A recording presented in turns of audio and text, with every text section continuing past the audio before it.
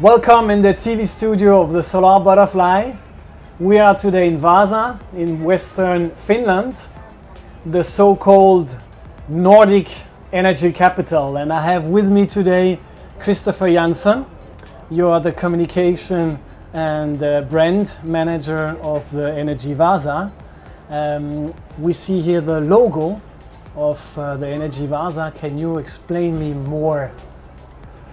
Yes, thank you, Fredrik. This logo came to be at the time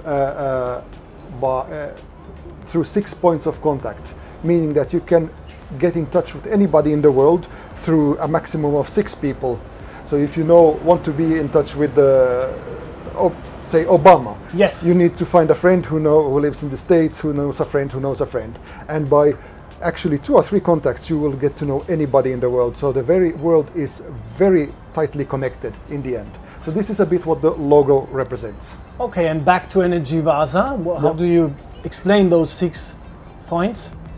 Well, Energy Vaasa has 160 companies today.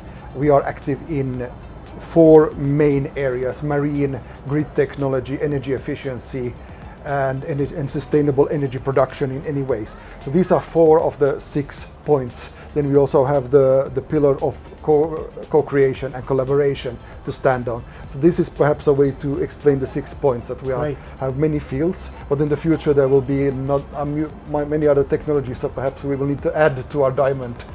Good idea, yeah. Tell me, how did this start? We're speaking about a hub with 160 companies. It doesn't start like this. Actually, the history goes back 115 years from when a guy who lived here in the region came back from working for Henry Ford, making T-Ford engines, came here and started to make engines here. And this has then evolved into the very strong marine sector. Actually, 45% of all the cargo ships in the world have engines made by a company here in Vaasa called Wärtsilä. So this is a few special things we have here. Later on also we got a lot of grid development, electricity, energy efficiency, and these other companies. So there's a very diverse field of companies today here. And we are north of Europe. Right now the nicest days, long days, is beautiful. Yeah. There are long winters as well. How do you attract those companies to come up to Vaasa? The companies have a natural drive to want to come here because here we have the talents. We have 6 universities with 13,000 students producing highly skilled people within energy technology. We actually start our energy technology studies in preschool here in Vaasa and even continue them even up to university level. So we have energy technology legal studies as specialty here in Vaasa. So the 115-year-old heritage that we have here has led to that we have a very tight cooperation between the city, the companies, and also the universities. So there is a rich pool of 12,000 highly skilled laborers and people working here. Also the companies that are active here, they can basically make anything you would like in energy technology because they have so many diverse ways and tools to make anything you want in metal casings, electronics, and similar. So for me, if I listen to what you say, it sounds very easy. Huh? You put the municipalities together with the universities and the companies, and this works. Do you have advices for other countries that are listening today and they think, oh, it sounds easy, but should we do it? How should we tackle this to meet the Paris Agreement goals, for example? What would you advise them? You are absolutely right. It sounds very easy. In matter of fact, you need a lot of trust between companies. The companies need to work together on common projects. They need to trust each other, and this takes many years. 5 to 10 years. If you start now, then you will have good trust between companies to do collaborative projects and do solutions together. And reaching the Paris Agreement, as we see it here, as I think of it, is that if you don't focus on the Paris Agreement goals, if you don't go green, if you don't go efficient, you won't stay competitive as a company. if you have a wasteful process as a company today, if you're wasting energy, you're wasting your profits.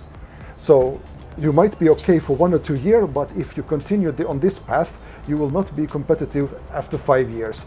So you need to get friendly companies that you can trust to do projects with them now, and then you also need to make your own process efficient. Otherwise, you basically go green or go bankrupt. Collaboration together, go green or go bankrupt. I like it. Yeah, thank you. And you were mentioning something with the schools, preschool information. Yes. Can you give me 1 or 2 stick words? What information do you give to the schools? So we actually have energy education in preschool. When in preschool here you are 6 years old, you can't read, you can't write. So that's a bit of an issue, but what we actually have is they have one example is they have a wind turbine, a toy that the children can rotate, and then they can see that, hey, a LED lights up, that power doesn't magically come from a button on the wall. They also have a similar solar panel that they actually shine a flashlight on. Oh, great. Not very green, but you get the picture that the LED comes on when there is something producing the actual energy. So this is what we start in preschool, and then throughout all secondary stages and universities we have more and more advanced classes. Yeah, because for 70,000 inhabitants city, you have 3 or 5 universities. 6 universities at this time, so we are very lucky to have a lot of specialized universities as well, and all providing a very specialized energy education. Yeah.